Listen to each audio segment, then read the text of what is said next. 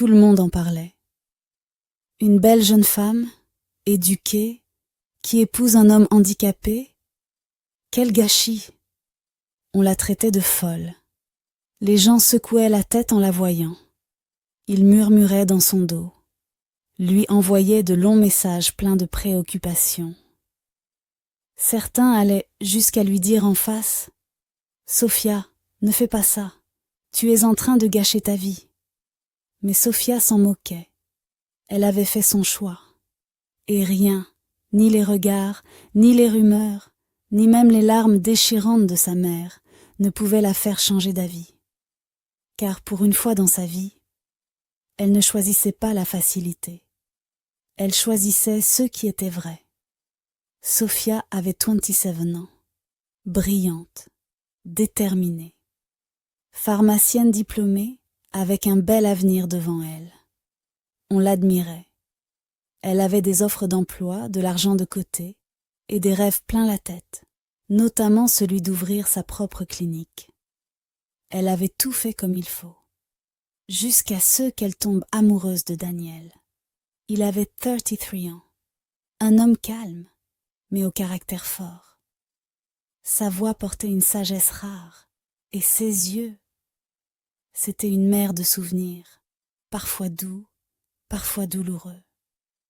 Mais ce que les gens voyaient d'abord chez lui, ce n'était pas sa bonté, c'était son fauteuil roulant. Daniel n'avait pas toujours vécu ainsi. Des années plus tôt, il était une étoile montante de l'athlétisme. Il courait avec passion, encadrait des jeunes, vivait comme si le monde lui appartenait. Jusqu'à cette nuit d'orage. Il rentrait chez lui après avoir vu un ami, quand un chauffard ivre a violemment percuté sa voiture. L'accident fut terrible, il a survécu, mais pas sa colonne vertébrale. Le verdict des médecins fut sans appel. Vous ne remarcherez plus jamais. Son monde s'est effondré. De coureur de marathon, il est devenu un homme lavé par des infirmiers. De debout, il est passé à assis. De modèle envié à homme qu'on plaint. Il s'est replié sur lui-même, ne répondait plus aux appels, ne souriait plus. Il riait juste pour masquer la douleur. Et la nuit, quand personne ne pouvait le voir, il pleurait comme un enfant qui avait tout perdu. Puis, Sophia est arrivée. Elle avait été affectée au centre de rééducation dans le cadre d'un programme de bénévolat. Elle ne voulait pas y aller. Elle avait même discuté avec sa responsable. Mais elle y est allée quand même. Le premier jour, elle l'a vue, sous un grand arbre, dans le jardin, toujours au même endroit, en train de lire, seul, calme, comme s'il était ailleurs, hors du bruit du monde. Sophia l'a salué. Il n'a pas répondu. Elle a réessayé le lendemain. Toujours rien. Mais quelque chose en lui la ramenait. Peut-être la paix mélangée à la douleur. Ou ce regard insondable derrière lequel il cachait un chagrin silencieux. Un après-midi, Sophia est allée s'asseoir à côté de lui. Elle a simplement murmuré. « Tu n'as pas besoin de parler, mais moi, je ne partirai pas. » Et elle a tenu parole. Jour après jour, elle est revenue, parfois en silence, parfois en lisant à voix haute. Puis, le silence s'est brisé. Un hochement de tête, un sourire, une réponse brève, puis une question. Et petit à petit, une amitié est née. Elle a découvert que Daniel était poète, qu'il écrivait des nouvelles, qu'il rêvait encore de publier un livre, qu'il aimait le jazz, qu'il regrettait la course, mais encore plus la danse, et lui a découvert que Sophia n'était pas juste pharmacienne. Elle avait une flamme dans le cœur, une douceur dans l'âme. Elle ne fuyait pas la douleur. Elle l'embrassait.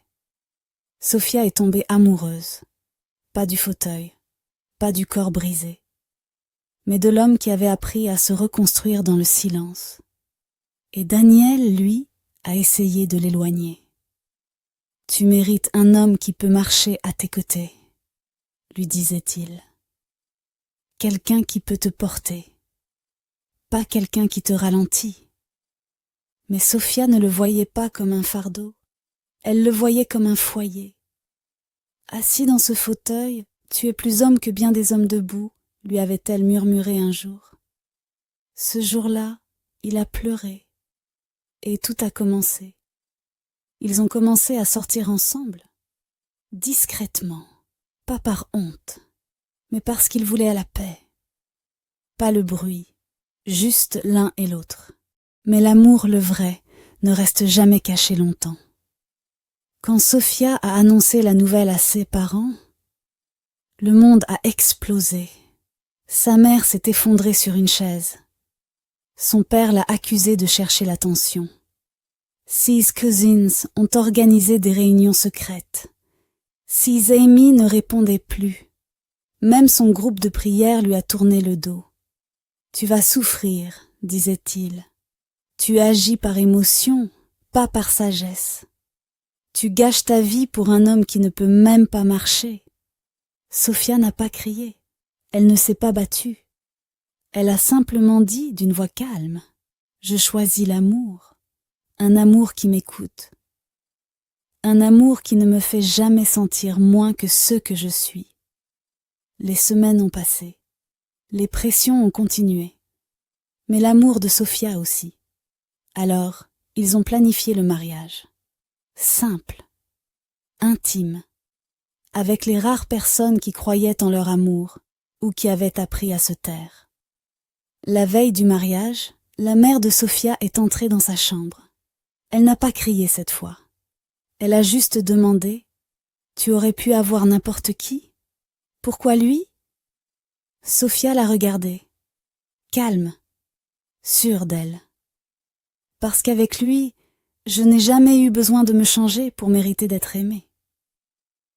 Le lendemain matin, Sophia a enfilé sa robe blanche, simple, élégante. Ses mains tremblaient, mais son cœur était solide. À la cérémonie, Daniel était déjà là. Costume crème, cheveux fraîchement coupés, une canne posée à côté du fauteuil, pas pour marcher, mais comme symbole. Quand Sophia est entrée, le silence s'est fait. Elle était radieuse. Elle n'a regardé ni à gauche ni à droite. Elle l'a regardé, lui. Daniel avait les yeux pleins de larmes, et là, l'incroyable s'est produit. Daniel a pris appui sur les accoudoirs et s'est levé. Des exclamations ont traversé la salle. Sophia s'est figée. Daniel a fait un pas, puis un autre, et encore un. Son corps tremblait, mais sa volonté, elle, était inébranlable. Il a marché vers elle. La salle retenait son souffle. Sophia a porté la main à sa bouche, en larmes. Daniel a murmuré « Je voulais me lever pour toi. Même si je tombe demain, tu m'as donné une raison de me relever. » Elle s'est jetée dans ses bras, en sanglots. Plus tard, ils expliqueraient qu'ils suivaient secrètement une thérapie intensive depuis des mois.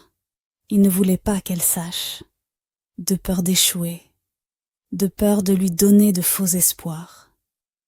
Mais ce jour-là, il voulait lui offrir ce miracle, lui prouver qu'il n'avait jamais abandonné, qu'il voulait l'attendre debout, comme n'importe quel mari.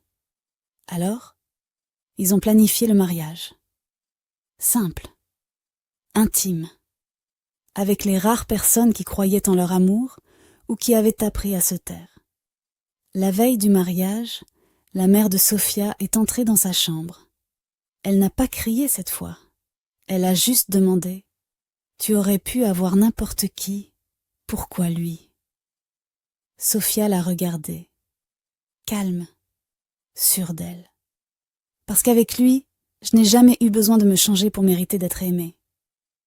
Le lendemain matin, Sophia a enfilé sa robe blanche, simple, élégante.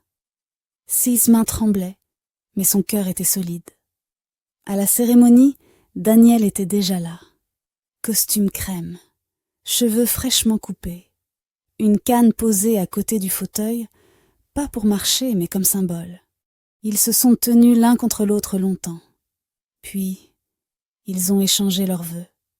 Ce soir-là, les murmures ont changé. Fini la pitié, fini les jugements, et ceux-là même qui murmuraient dans son dos se sont levés pour applaudir, émus. Ils ont vu un amour qui ne dépendait ni des jambes, ni du statut, ni de l'approbation des autres. Ils ont vu deux cœurs qui avaient refusé de se laisser définir par le monde. Aujourd'hui, Sophia et Daniel dirigent une fondation ensemble. Ils interviennent dans des écoles, des églises, des hôpitaux. Ils construisent des cliniques, ils partagent leur histoire. Ils rappellent au monde que l'amour n'est pas ce que l'on voit, c'est ce que l'on porte à l'intérieur. Et quand on demande à Sophia si elle regrette son choix, elle sourit, effleure son alliance, regarde Daniel et répond « Je n'ai pas épousé un homme en fauteuil, j'ai épousé un miracle qui a choisi de se lever pour moi. » Si cette histoire vous a touché, laissez un like, abonnez-vous à la chaîne et partagez-la avec quelqu'un qui croit encore en l'amour, celui qui dépasse tout. Sur HD Story, nous racontons des récits qui touchent le cœur et réveillent l'espoir. Merci d'avoir regardé jusqu'à la fin. Et n'oubliez jamais, l'amour vrai ne juge pas, il soulève, il soutient et parfois il accomplit des miracles.